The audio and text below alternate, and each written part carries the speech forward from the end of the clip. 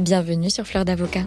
Je suis Lila-Louise Maréchaux et dans ce podcast, je vais à la rencontre des avocats bien dans leur robe. Au passage, Fleur d'Avocat, c'est aussi une newsletter que j'envoie chaque dimanche matin. J'y raconte le développement de mes activités et j'y partage aussi de l'expertise, notamment en matière de communication et de marketing. Vous pouvez vous abonner depuis le site fleurdavocat.fr. Place à l'interview, je vous souhaite une bonne écoute. Bonjour Grégory de Saint-Michel. Bonjour. Merci d'être mon invité sur Fleur d'Avocat. C'est mon plaisir. Racontez-moi comment et pourquoi vous êtes devenu avocat. Hélas, pas de vocation précoce, une pure coïncidence. Il se trouve que j'ai passé mon bac au mois de septembre parce que j'étais malade au mois de juin et que donc du coup j'avais dépassé toutes les dates pour m'inscrire à l'université ou dans des grandes écoles. Du coup, il me restait le choix de quelques universités pour m'inscrire et je ne voulais plus faire de mathématiques puisque j'avais fait une terminale S. Et par élimination, il me restait droit, lettres ou langue. Et en pensant au droit, auquel je n'avais pourtant jamais pensé, je me suis dit droit, pourquoi pas. Et puis m'est venue en tête l'idée de me dire magistrat ou avocat. Et je me suis dit, tiens, avocat, maître Saint-Michel, ça sonne bien. Et j'ai choisi cette profession uniquement pour ça, sur le fait que je trouvais que ça sonnait bien. Pourquoi vous dites hélas par vocation ? Parce que j'aurais aimé avoir le discours un petit peu classique, de dire qu'effectivement j'avais l'envie de défendre depuis que j'étais tout petit, etc., la veuve et l'orphelin, mais pas du tout. J'ai jamais eu l'idée de faire du droit. D'abord parce que ça me paraissait inaccessible, et en plus parce que j'étais pas particulièrement quelqu'un qui aimait défendre les autres. Je pensais plutôt à moi, donc j'étais assez égocentrique. Mais le droit m'a ouvert aux autres, et depuis je ne ferai aucune autre profession que celle-là. Donc avocat parce que ça claque comme nom d'avocat. Eh oui, c'est triste à dire, mais c'est ça. Comment se sont passées les études de droit ? J'allais quasiment jamais à l'université. Je travaillais un mois par an juste pour que ma mère ne soit pas désespérée et qu'elle ne paye pas mes études pour rien. Donc j'étais très peu assidu. Et j'ai vraiment rencontré la profession d'avocat uniquement quand j'ai eu le concours d'entrée, quand j'ai eu l'examen d'entrée et quand j'ai commencé à faire des stages où je n'avais jamais fait de stage dans un cabinet d'avocat, je ne connaissais aucun avocat. Et dès que j'ai découvert cette profession, les premiers instants m'ont paru assez exceptionnels et je me suis dit que c'était ça en effet. Et justement, comment s'est passée cette rencontre avec la profession d'un point de vue pratique, votre premier stage ? Alors, je me souviens surtout de ma première journée où, pour tout vous dire, c'est une anecdote assez trash, je dirais, si je peux employer ce mot un peu trivial. En fait, j'avais trouvé personne pour faire un stage, donc l'école d'avocat m'avait trouvé un stage et m'avait trouvé un confrère un petit peu spécial, dirons-nous, qui avait un physique assez curieux. Et il m'a donné rendez-vous la première journée à un divorce, sachant que j'en ai jamais fait par la suite. Donc c'était la validation d'un divorce et il attendait avec son client qui avait 80 ans, qui avait quitté son épouse de 78 pour une plus jeune. Et le divorce devait être homologué et finalement on a attendu un quart d'heure, une demi-heure, 3/4 d'heure et la dame ne venait jamais, l'épouse, pour homologuer. Et la consoeur finalement lui a eu un coup de téléphone et on l'a prévenu que son épouse en fait s'était suicidée pour ne jamais valider le mariage. Et l'avocat avec qui j'étais a regardé son client et a dit voilà une affaire qui se termine bien. Et ça m'a énormément fait sourire. C'était effectivement, bien évidemment, très glauque. Mais pourtant, je me suis dit, ça m'a l'air d'être une profession intéressante. Et là, vous vous êtes dit, cette profession est faite pour moi. Je me suis pas dit ça, mais je me suis dit, bon, en tout cas, ça a l'air de ne pas être très ennuyeux. Ouais. Et donc, ce premier stage avec cet avocat curieux, il s'est poursuivi ? Non, il s'est pas poursuivi. Après, j'ai eu d'assez bons résultats à l'école d'avocat. Assez surprenant d'ailleurs, parce que je pensais pas avoir de si bons résultats. Et du coup, j'ai été, entre guillemets, un peu chassé par les meilleurs cabinets du coin.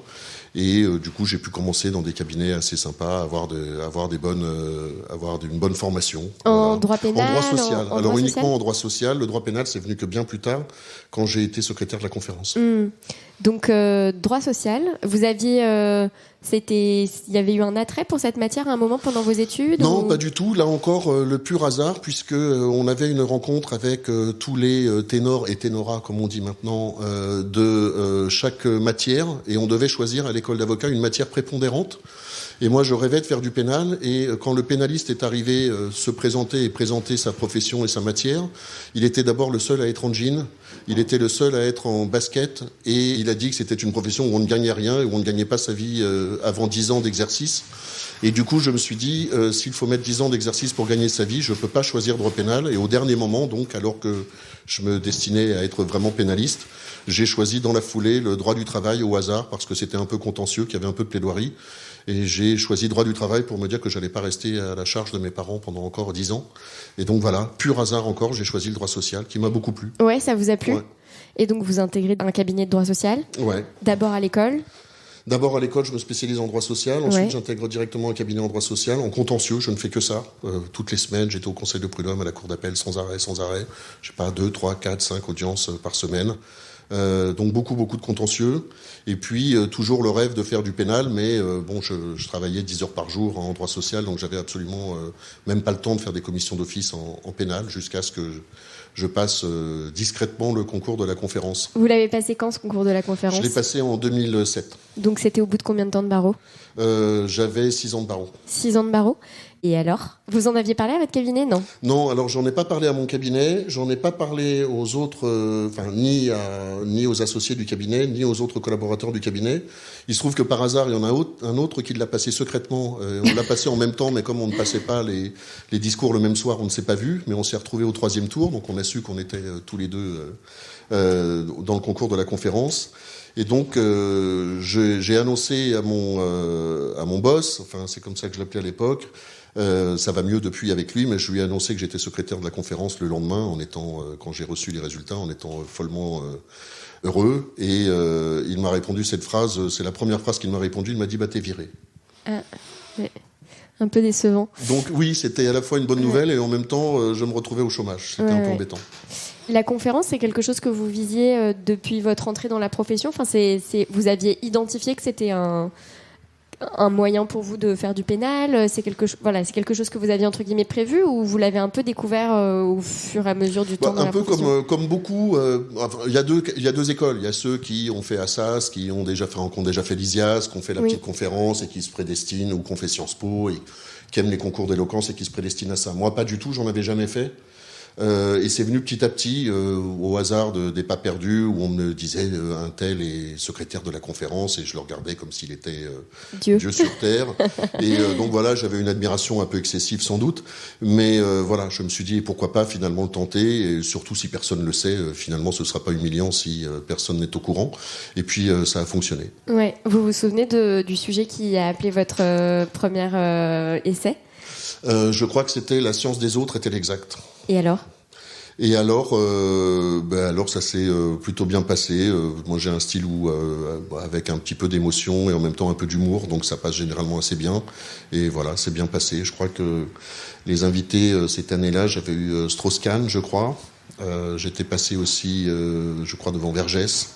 Enfin bon, bref, ouais, c'était assez impressionnant. Ouais. Donc vous êtes admis vous êtes sélectionné comme secrétaire de la conférence. Vous êtes viré en même temps de votre cabinet. Donc là, c'est le grand bain tout de suite tout seul? Oui, non, parce que d'un autre côté, c'est aussi la chance à chaque fois que j'ai dans ma vie, dans le hasard des choses, c'est que du coup, je pense que je serais resté collaborateur quasiment toute ma vie, puisque je travaillais 10 heures par jour, je développais aucune clientèle, donc je pense que j'aurais pas pu m'associer non plus et que j'étais voué à rester de longues années. Du coup, cette occasion m'a permis de développer ma clientèle en pénal, tout en retrouvant un mi-temps en droit du travail.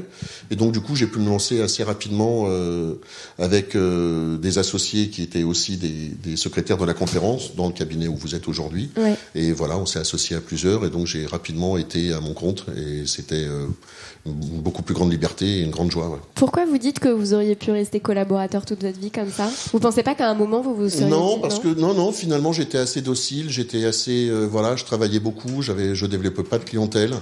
Du coup, c'est un cercle vicieux, vous n'avez pas de clientèle, vous pouvez pas partir, vous restez, vous avez besoin de votre rétrocession d'honoraires et c'est quelque chose d'assez frustrant, mais finalement on peut se trouver assez vite enfermé dans ce schéma-là. Ouais. Et le mi-temps en droit social, vous le faisiez en parallèle du fait d'être secrétaire de la conférence? Ouais, tout à fait. C'est-à-dire la moitié de mon temps était sur des affaires criminelles dures et l'autre sur des négociations de départ, sur des accords collectifs, enfin des sujets spécifiques en droit social. Ouais. Ouais. Et donc l'année de conférence termine. Et ça, vous avez perduré pendant longtemps avec ce mi-temps en droit social avant de pleinement... Non, le mi-temps en droit social, j'ai dû le faire 2-3 ans. Et puis après, j'ai été totalement à mon compte, que ce soit en social ou en pénal. Et surtout, j'ai eu une clientèle. C'est aussi ce que permet la conférence souvent. Ça permet d'avoir quand même de développer une clientèle assez rapidement, d'avoir une notoriété plus rapide et d'avoir des clients qui ont aussi des revenus plus importants assez rapidement. Ouais. Vous avez vraiment vu votre activité en pénal, vous diriez que ça a mis combien de temps à décoller à titre personnel ? En fait, encore aujourd'hui, je prétends pas vraiment être pénaliste. C'est-à-dire que je dis toujours, alors c'est peut-être de la fausse modestie, mais je dis toujours que c'est plutôt ma cour de récréation.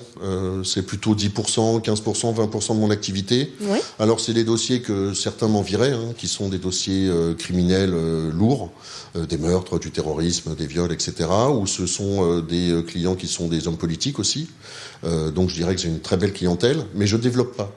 Et je continue parallèlement à m'amuser, à aller en 23, en 23-2, enfin tout ce qui est en comparution d'office, en comparution immédiate et en commission d'office. Je continue d'y aller, enfin c'est plus pour m'amuser que pour mes revenus parce que j'en ai pas besoin. Mais voilà, je tiens à rester encore au contact d'un droit pénal pour les gens qui en ont vraiment besoin. Et si le droit pénal, c'est maximum, entre guillemets, 20% de votre activité, le reste de votre activité, c'est encore beaucoup de droit social ? Oui, uniquement du droit social. Je suis absolument nul dans toutes les autres matières. Donc, j'essaye de me contenter déjà d'exercer dans des professions, dans des matières que je maîtrise. Et le droit social, je maîtrise, ça fait 20 ans. Donc, employeur, salarié, les deux ? Alors, moi, j'ai jamais choisi. J'ai jamais compris les confrères qui choisissaient. Moi, j'ai pas d'idéologie sur le sujet. Donc, je suis ni de droite ni de gauche quand je travaille. On me paye, je défends et j'essaye de gagner. Ouais. C'est mon seul but. Voilà. Avec la même conviction des deux côtés. Et comment s'est développé votre cabinet, on va dire ? Bizarrement, j'ai pas de site internet, j'ai rien, j'ai quelques parutions, j'ai fait quelques articles, mais plus parce que ça m'amusait.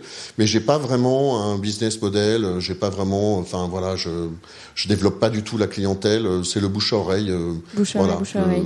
Ça peut être assez prétentieux, mais Mais même vous, dans votre manière de vivre votre activité, je sais pas, est-ce qu'il y a des moments où vous avez recruté ? Je comprends que vous vous êtes associé. Le développement, c'est pas moi, je vois pas juste ça d'un point de vue développement business. Ni l'aspect de développement de clientèle en tête, et ni l'aspect toutes les terminologies qui sont assez à la mode et je le reproche pas à d'autres, mais l'aspect entrepreneurial, le barreau entrepreneurial, tout ça, pour moi, je suis pas ni prestataire de service, ni commerçant, ni dirigeant de société. Donc, j'ai pas un affect pour développer une société, pour avoir des associés, pour avoir plusieurs collaborateurs. Moi, ce que je préfère, c'est travailler moins et gagner plus, c'est d'avoir des clients qui gagnent plus d'argent, et donc, comme je suis intéressé sur leurs résultats, à gagner plus d'argent, mais pas nécessairement en travaillant plus ou en ayant plus de collaborateurs. Mais c'est un vrai, c'est une question intéressante. Comment, si à un moment il y a cette réflexion de travailler plus tout en gagnant moins, et donc avoir des clients qui me rémunèrent mieux, et donc cette sorte de montée en gamme sur les dossiers tout en maintenant, mais de façon, c'est un choix et c'est intentionnel, des CRPC, des choses. Mais comment vous y êtes pris ? Je vous dis, c'est le hasard. Ma clientèle grandit avec moi. Enfin, je veux dire, leur rémunération, c'est maintenant des cadres dirigeants, c'est des gens qui travaillent dans des grandes sociétés, dans les grandes structures, voire même du CAC 40. Donc, c'est des gens qui ont des rémunérations avec plusieurs zéros. Comme je suis au résultat sur des négociations de rupture, etc., nécessairement, ma rémunération augmente. Et votre association, typiquement, donc aujourd'hui, vous avez un associé qui était avec vous, secrétaire de la conférence. On était 4 avant, mais ils ont tous un peu évolué dans d'autres cabinets. Ouais. Et maintenant, on est tous les deux, comme 2 vieux garçons dans notre cabinet. Ouais. Et au début, c'était, et j'imagine, peut-être c'est encore ça... partage de locaux, on est ensemble, mais il n'y a pas de, comme vous dites, il n'y a pas de réflexion entrepreneuriale particulière derrière tout ça. C'est plus on est ensemble au quotidien, quoi. Ouais, avec mon associé, finalement, on a un peu la même mentalité sur la profession, quoi. C'est-à-dire qu'on pense qu'il y a une place pour les avocats individuels, pour ceux qui sont vraiment indépendants, c'est-à-dire qui sont vraiment pas dépendants surtout de leurs clients ni de leurs résultats. ni d'avoir à sortir tant de charges pour les collaborateurs, etc. On ne vit que du fruit de notre propre travail, de nos propres dossiers, et on a aussi une grande liberté, c'est-à-dire qu'on vient à l'heure qu'on veut le matin, on part à l'heure où on veut le soir, on part autant de fois qu'on veut en vacances par an, et on a une liberté à peu près totale, très sincèrement, c'est pas du tout pour exagérer, on a une grande liberté, et pour nous, que ce soit mon associé Frédéric Mingès ou moi-même, je crois que c'est notre plus grand luxe, c'est celui-là, c'est notre plus grande richesse, très sincèrement, c'est la liberté. Ouais. Donc pas de collaborateurs ? Non. Pour justement cette totale indépendance, cette totale liberté de mouvement, d'organisation, de tout. Ouais, non, dépendant de rien. Ouais. Qu'est-ce que typiquement là aujourd'hui, j'ai suivi un petit peu que vous vous étiez présenté au Conseil de l'Ordre, tout ça. Qu'est-ce qui a sous-tendu, on va dire, qu'est-ce qui a sous-tendu cet engagement ? En fait. Bon, là, on parle à un moment où on est juste post-élection, donc il y a encore un peu d'amertume, en toute franchise. L'idée première que j'avais, elle était en fait très simple. J'avais absolument rien à vendre, surtout que c'est tout à fait bénévole. Donc, je voulais simplement donner de mon temps pour régler des litiges entre confrères, c'est-à-dire être uniquement sur la déontologie, la discipline. Comme je vous le disais, tout ce qui est structure, tout ce qui est finance, c'est pas mon truc. Donc je prétendais pas aller dans ces commissions-là, mais j'avais envie d'aider les confrères ou de les aider ou aussi d'assainir la profession pour tous ceux dont je pense qu'ils ont des comportements déviants, je dirais, ou en tout cas inacceptables dans la profession. Bon, il se trouve que j'ai pas été élu et avec un peu de ressentiment parce que c'est vrai qu'à Paris, mais bon, c'est pas pour faire de la politique ou être mauvais joueur, mais c'est vrai qu'à Paris, il y a des règles du jeu pour être élu au Conseil de l'Ordre où il faut être un peu adoubé, il faut se présenter aux autres, etc. Bon, et ce jeu-là m'a déplu, quoi. Mais disons que partir avec sa simple bonne sincérité, ça sert pas à grand-chose. Quand bien même on a un réseau assez important, je prétends connaître pas mal quand même d'avocats parce que je pense que je suis assez sympa avec les gens, même bien en règle générale. Et donc j'ai pas mal maintenant, puis ça fait 20 ans que je fais du contentieux, donc je croise au prud'homme, au pénal, et puis dans divers réseaux, plein de confrères. C'est pas suffisant. Ouais. Il faut encore malheureusement s'allier, et les alliances et les jeux, tout ça, c'est pas mon truc, quoi. Je comprends. Je trouve ça intéressant ce que vous dites sur cette totale indépendance et sur ce style de vie où vous êtes très libre et vous partez en vacances et vous... Oui, alors après, faut pas idéaliser. Bien sûr, mais c'est vrai que je suis beaucoup plus libre que la plupart de mes confrères. Ouais, et justement, il n'y a pas trop de nuances en fait entre, je trouve, la présentation de l'avocat indépendant qui serait presque paupérisé, tout de suite, désormais un peu présenté comme dans une situation finalement de précarité. Et je pense qu'il ne faut pas nier la précarité dans la profession qui existe et à laquelle malheureusement beaucoup de confrères font face. Et puis je trouve que c'est aussi chouette de parler des indépendants qui ne subissent pas cette précarité et qui avec leur boutique, leur artisanat, en fait, ont une vie tout à fait décente, correcte. Oui, mais c'est aussi une vue de la profession, à savoir que quelqu'un qui a envie d'avoir son dossier bien traité et qui choisit un professionnel, un spécialiste d'une matière, quelqu'un qui est réputé pour être vraiment très au point techniquement dans sa matière, peut ne pas avoir envie d'aller voir un cabinet type grosse structure où on sait que ça va être un collaborateur qui va gérer le dossier, ou alors un collaborateur qui a 3 mois de bar et qui va pas être un super plaideur parce qu'il n'a pas encore l'expérience, plutôt que d'avoir quelqu'un dont on sait que s'il est au résultat, il va effectivement tout faire pour ne perdre aucun des dossiers qui lui sont confiés. Donc il y a aussi, vous prenez vraiment un spécialiste, je dirais une sorte de haute couture, quoi. Oui, c'est pour ça que je souligne ça, quoi, pour aussi, on va dire, contrebalancer cette espèce d'injonction à former des grosses structures, des cabinets full service, des trucs et des machins, qu'il y a aussi de la place pour des artisans et que l'artisanat, exercice individuel signifie pas nécessairement paupérisation, quoi. Donc, voilà. Non, après c'est sûr que si on vit que de l'aide juridictionnelle et qu'on a une instruction où il y a 5000 pages à lire et qu'on est payé 800 €, on s'en sort pas.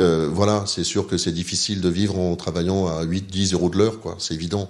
Mais après, quand on grandit un peu et si on a la chance effectivement d'avoir un bouche à oreille et d'avoir une réputation qui se fait, finalement, les dossiers et vos honoraires grandissent aussi avec la qualité de vos dossiers, quoi. Ouais. Pour revenir sur le sujet des élections, qu'est-ce que, de votre regard, même indépendamment de ce sujet que vous ayez été élu ou pas, mais moi ce que je retiens quand même, c'est que finalement très peu de confrères votent. Ouais, enfin, il y en a, oui, il y a 8000 votants sur 33 000, donc c'est ridicule. Il y a 25% d'avocats qui votent, ouais. Qu'est-ce qui, vous, votre regard sur ces avocats qu'on n'arrive pas à toucher À la fois, je leur en veux, et en même temps, je les comprends, puisque moi-même, pendant très longtemps, je dis même pas que j'aurais un désintérêt pour le Conseil de l'Ordre, j'avais un mépris pour le Conseil de l'Ordre. Parce que je me disais, bon, c'est des personnes en fait, j'avais cette idée de me dire, en fait, c'est ceux qui n'ont pas vraiment réussi qui vont là, quoi. En fait, c'est une deuxième carrière, c'est une deuxième hypothèse de carrière qui s'ouvre, avec ensuite, bon, voilà, d'autres réseaux, des voyages, des serrages de main qui permettent de rencontrer des personnes, d'être dans des commissions pénales, des commissions de famille, des commissions, enfin voilà, où on rencontre d'autres experts, où on se donne des dossiers entre nous. Bon, ça peut être un réseau comme un autre. Bon, mais je les voyais pas vraiment comme étant des personnes assidues et en ayant vraiment envie de défendre les avocats. Et moi, j'ai une très haute opinion des avocats, vraiment. C'est-à-dire que pour moi, la vie d'avocat, c'est à la fois un cauchemar, mais c'est surtout un rêve. C'est un rêve d'abord parce que c'est un métier avec une extraordinaire indépendance, avec des combats incroyables, avec des moments de solitude, des moments de souffrance, des moments de bonheur, des résultats incroyables. Enfin voilà, c'est sauter à l'élastique quasiment tous les jours. Enfin, c'est des moments, voilà, avec des moments de dépression aussi, avec des moments de bonheur intense. Vraiment un métier incroyable, quoi. Et je pense qu'il faut, voilà, quand on aime ce métier-là, on parle pas de trainees, on parle pas de personnes qui sont des managers, on parle pas de gens qui sont des juniors, des seniors. Pour moi, il y a que des avocats, quoi. Et tous les avocats font un métier merveilleux et pour ça, ils méritent le respect absolu parce que c'est un métier extrêmement difficile. Et pour l'exercer tous les jours et avoir connu des moments très difficiles, je sais que c'est un métier difficile. Donc je sais qu'il faut protéger, je sais qu'il faut régler les litiges entre nous, je sais qu'il faut essayer aussi qu'on rayonne, qu'on soit beau, qu'on suscite toujours l'admiration, le respect. Et de moins en moins, on suscite le respect et l'admiration. Et je trouve que le Conseil de l'Ordre ne participe pas à ça. Donc longtemps, je me suis dit, finalement, c'est plus la conférence ou des grands pénalistes ou des gens qui font du droit de la famille tous les jours, qui se battent sur le terrain, sur des dossiers sordides, etc., qui ont mon admiration, pas le Conseil de l'Ordre. Et puis au bout d'un moment, je me suis dit que ce serait bien d'aller au Conseil de l'Ordre quand même pour apporter un peu justement cette vision peut-être old school et peut-être un peu ridicule, peut-être un peu fantasmée de l'avocat. Je sais bien qu'il y a un côté ridicule, mais pour autant, c'est ce que je pense, moi. Voilà. Bon, il se trouve que j'ai pas été élu et qu'apparemment tout le monde le partage pas, mais j'y allais pour ça. Voilà. Et je comprends le désintérêt aussi de certains qui se disent bon, on partage pas vraiment tous les mêmes valeurs et les mêmes intérêts, quoi. C'est vrai que moi, de l'extérieur, ça me peine de voir que j'ai l'impression que chaque année se présentent des indépendants quoi, pour porter une voix d'indépendants et ils peinent à obtenir ce soutien des électeurs qui sont les premiers à ensuite dire qu'ils se sentent pas représentés par les personnes qui intègrent le conseil et qui en fait sont assez peu des indépendants et donc cette espèce de non-rencontre finalement entre la demande et oui, les là personnes encore qui c'est se un présentent, cercle c'est assez vicieux frustrant. en fait. Là encore c'est un cercle vicieux, c'est-à-dire que ceux qui se désintéressent du Conseil de l'Ordre se disent ce sont des avocats qui ne nous ressemblent pas ou qui sont loin de nos préoccupations, du coup je ne vote pas. Ceux qui se présentent comme indépendants espèrent toujours avoir le vote de ceux qui ne votent pas. C'est toujours un fantasme de se dire ceux qui ne votent pas vont voter, donc je me présente comme indépendant, et à chaque fois il y a la déception que ceux qui ne votent pas ne votent pas. Donc du coup, sont toujours les grandes machines, quoi, les grandes écuries, les syndicats, les cabinets anglo-saxons, qui eux ont une base de voix toujours suffisante, qui en plus choisissent les indépendants qui seront élus, s'il y en a un ou deux, c'est eux qui les choisissent, c'est-à-dire qu'il faut qu'ils vous disent qu'ils vous supportent et qu'ils vous donneront une partie de leur voix, sinon vous n'êtes pas élu. Donc sur votre simple campagne, en fait, elle ne suffit pas, parce que précisément les gens ne votent pas.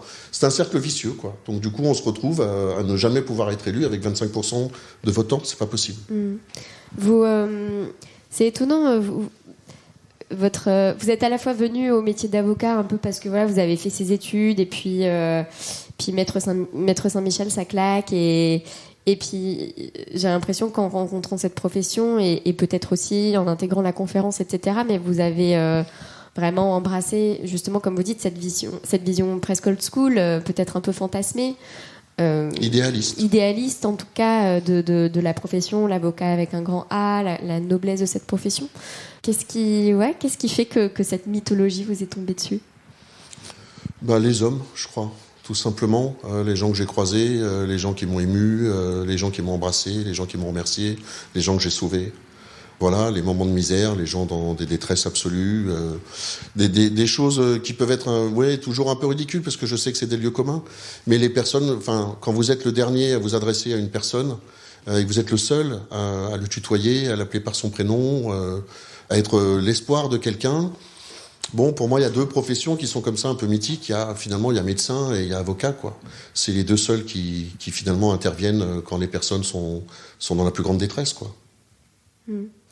Et vous avez parlé tout à l'heure du fait que c'était une profession où on saute à l'élastique tous les jours, qui est très dure sur le terrain, Vous avez parlé de difficultés que vous avez vous-même, de moments durs que vous avez traversés, sans forcément parler de difficultés.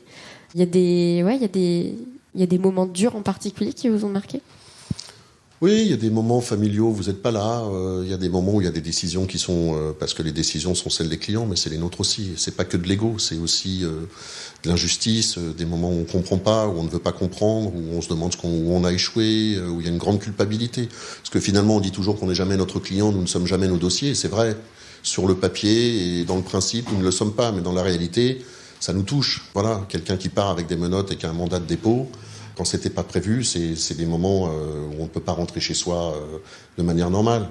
Quand on rentre tous les samedis matins de détention en allant voir à Fleury des clients ou à Osny ou j'en sais rien, ou n'importe où, à Fresnes, c'est difficile de dire au revoir monsieur, joyeux Noël, quand on rentre en famille, qu'on va voir sa femme, ses enfants, et qu'on laisse quelqu'un dans un parloir avocat, quoi. C'est pas des moments faciles. Et des moments de grande joie, il y en a en particulier ? Oui, il y a les dossiers avec beaucoup de zéros, où on gagne d'un seul coup et que ça va être la fête. Ou alors il y a les dossiers où on n'attendait pas un résultat inespéré, où on aimait particulièrement le client et on est heureux d'obtenir un résultat inattendu, surtout pour lui ou pour elle. Et voilà, il y a tous ces moments parfois aussi de surprise où on a des résultats inattendus ou attendus mais qu'on n'espérait pas nécessairement.